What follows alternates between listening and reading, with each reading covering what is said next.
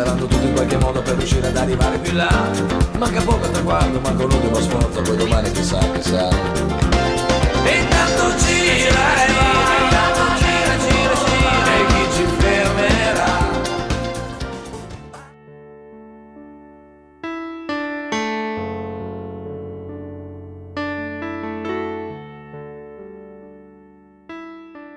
Primo memorial Ugo Silla, seconda prova della challenge Luca Versilia riservata alla categoria allievi. Ci troviamo a Monte Carlo di Lucca per questa prova che, come vi dicevo, è inserita nella challenge Luca Versilia, una challenge che raggruppa le prove di questa che si svolgono nella provincia di Lucca e nella Versilia e che è organizzata dal comitato provinciale della Federazione Ciclistica Italiana di Lucca nella persona del presidente Battaglia, che è presente a questa manifestazione e sarà sicuramente poi, nel momento in cui vestiremo la maglia, andremo anche a conoscere non solo il vincitore di questa importante manifestazione, ma anche colui che indosserà la maglia. Vediamo proprio Battaglia nei momenti imminenti al via, mentre il vincitore della Coppa CEI indossa la maglia di leader della challenge. Infatti la Coppa CEI era valida come prima prova della challenge Lucca Versilia, e quindi è proprio Francesco Mancini del Velo Club Empoli Banca di Cambiano ad indossare la maglia di leader di questa speciale challenge.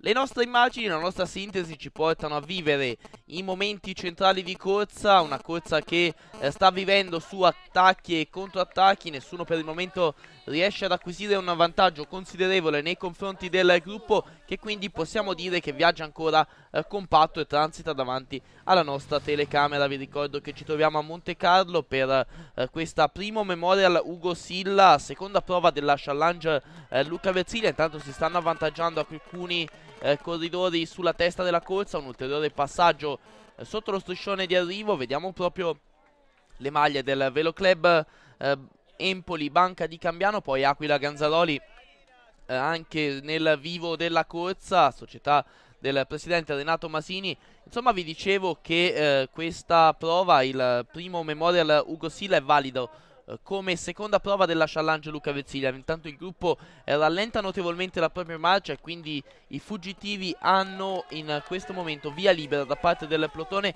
che perde notevolmente terreno. Andiamo quindi adesso con le nostre immagini quando siamo all'inizio dell'ultimo giro di corsa, quindi ultimo passaggio sotto lo striscione di arrivo prima poi dell'epilogo. Vediamo che c'è un terzetto adesso al comando a fare l'andatura sulla testa della corsa, poi altri tre, anzi sono quattro che transitano con una trentina di secondi, e quindi adesso con le immagini passiamo su ciò che resta del gruppo. Infatti c'è stata una notevole selezione, ancora un atleta che transita in solitaria, poi ancora altri atleti alla spicciolata. Davvero una notevole selezione in questo primo memorial Ugo Silla, seconda prova della challenge Luca Versilia. Questo è ciò che rimane del gruppo, ormai però tagliato fuori dai giochi per il successo finale, tagliato fuori anche dai giochi di ciò che riguarda invece anche l'ingresso nei primi 10 della prova odierna.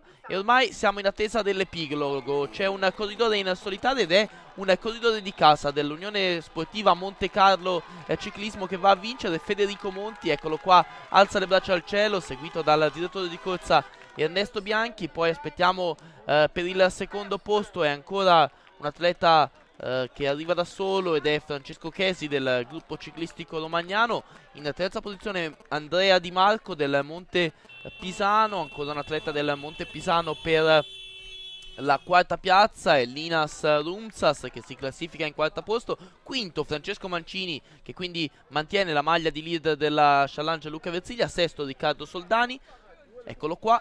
Settimo transita Francesco Becherucci dell'Aquila Ganzaroli. Ottavo Emanuele Murtas. Nono Nicola Conti e decimo Gabriele Giannelli. Questo è l'epilogo del primo memorial Ugo Silla, seconda prova della challenge Luca Versilia. Quindi successo di Federico Monti dell'Unione Sportiva Monte Carlo Ciclismo, società anche organizzatrice di questa prova, maglia di leader della challenge Luca Versilia, che rimane sulle spalle di Francesco Mancini, oggi quinto al traguardo. A questo punto andiamo a sentire le interviste ai protagonisti. Federico Monti, vincitore della seconda prova della challenge, ma soprattutto contentissimo della vittoria in casa. La vittoria in casa, bisogna fare una dedica particolare alla squadra, ai compagni, ai genitori e tutti quelli che mi vengono dietro, che hanno creduto in me. È stata una bella vittoria, lo ripeto, sulle strade di casa e speriamo che non sia l'ultima. Allora, oggi raccontaci un po' il finale, quando è che ti sei sentito in grado di vincere la corsa e quando soprattutto hai avuto la convinzione di arrivare alla vittoria?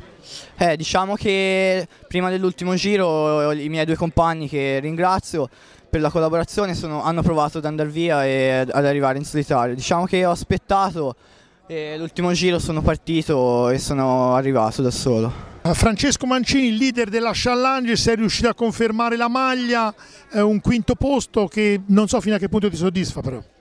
Sì, ero venuto qui apposta per difendere la maglia.